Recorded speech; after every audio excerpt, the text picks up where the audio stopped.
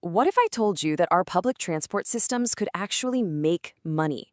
We're about to dive into a pretty radical model that flips the script, turning trains and buses from a constant drain on our tax dollars into a powerful, self-sustaining economic engine for our cities.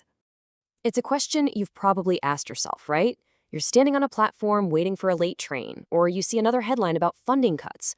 Why does it seem like these absolutely essential services are always struggling to just break even?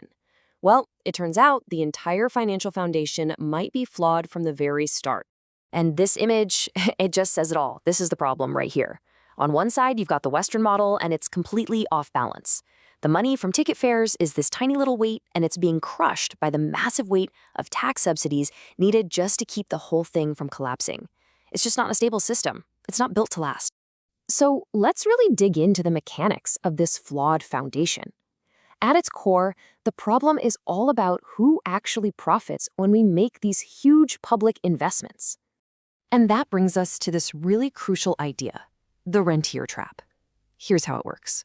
The public, that's you and me, we pay billions for a new rail line. But the massive financial windfall doesn't go to the transit system that we just paid for. Nope. It goes to private landowners who just happen to own property near the new stations. Their land values go through the roof, so the public takes on all the risk, and private owners get all the reward. What's so amazing here is how clearly this slide shows the big shift in thinking. The old model, which is basically our current model, it's a one-way street. Public money flows out, creates private wealth, and leaves the transit system broke. But the new model, it's a closed loop. Because the company running the trains is also the company developing the property, all that incredible value created by the train line flows right back into funding the train itself. It's genius. Okay, so let's look at the solution. We're going to explore a model that's been perfected in places like Japan and Hong Kong, where they build a completely different kind of business, one that pulls in huge profits from way more than just selling tickets. I love this quote. It's the perfect analogy. Think about it. You don't pay to ride the escalator in a big department store, do you? The store gives you that ride for free because its only job is to get you up to the second floor where you might buy some expensive shoes. In this model, the train is the escalator. It's just the tool. And the station, with all its shops and apartments, that's the real profit center. And if you need proof that this actually works, look at this number. In 1 year, Hong Kong's MTR, which copied this exact model from Japan, generated about 1.5 billion New Zealand dollars. That's nearly $1 billion US in pure commercial profit. And get this, that's before they sold a single train ticket. All of that profit came from their side businesses. That is just staggering. So where in the world did that $1 billion come from? Well, this chart breaks it down. It wasn't from fares. The biggest chunk, over 800 million, came from renting out the apartments and offices they built right there at the stations. And the rest? From all the retail shops inside the stations. It's a total shift in identity. This isn't just a train company. It's a massive real estate and retail business that also happens to run a world-class railway.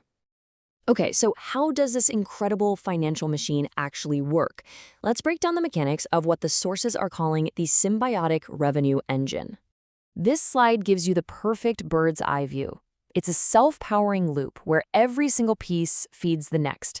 You build dense developments. That creates a captive audience of commuters, who then become shoppers at the station stores. And the profits from all that shopping get plowed right back into the rail system. Let's walk through this self-funding cycle. It all starts with step 1. The operator acts like a real estate developer, building tons of housing and offices right at the transit hub.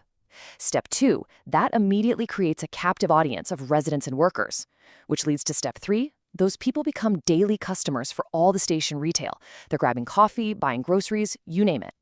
And here's the magic. Step 4, all the profit from that commerce gets reinvested directly back into the rail network. The system literally pays for itself. But how do you actually structure a deal like this? I mean, especially when governments are almost always short on cash. The answer is a really clever financial arrangement called a long-term public-private partnership. Now, this is a really crucial point. This is not privatization, where a public asset gets sold off forever. It's a long-term concession. For 35 years, a private company with the right expertise comes in to design, build, and operate the system. They are the ones who take on all the enormous financial risk of construction and the day-to-day operations. The government's job is simply to provide the land and the rules. And here is where the financial magic happens. It's a strategy called off-balance sheet financing. The easiest way to think about it is this. If you co-sign a loan for a friend, that debt doesn't show up on your personal credit report.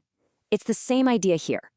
Because the private company is the one borrowing the billions needed for construction, that massive debt doesn't appear on the government's books.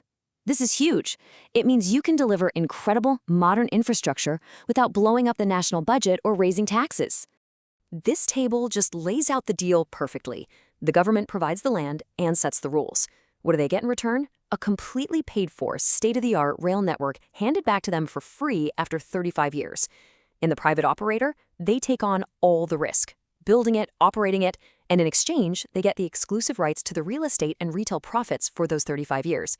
It's a genuine win-win. You know, a model like this does so much more than just fund trains. It actually reshapes how we design our cities and really how we live our lives in them. This changes the entire purpose of a train station. We move away from what some people call POTS, that's plain old transport services, and let's be honest, they're usually just these desolate places you hurry through. Instead, stations become destinations in their own right. They turn into these vibrant, integrated hubs where people live, shop, eat, and connect. The station becomes the new heart of the community. And let's talk about long-term value for money. A highway is basically a 50-year asset before it needs major, incredibly expensive reconstruction. But heavy rail infrastructure, that's a 100-year asset. You are literally building something for your grandchildren. You're getting double the lifespan on your investment. So this integrated model is efficient, it's financially brilliant, no doubt, but it does leave us with one last kind of provocative question to chew on. If the train's main job is to be the escalator to the shopping mall, what does that make us, the passengers? Are we citizens being served by an essential public transit system, or have we just become a captive audience of shoppers in a massive connected commercial empire? It's definitely something to think about.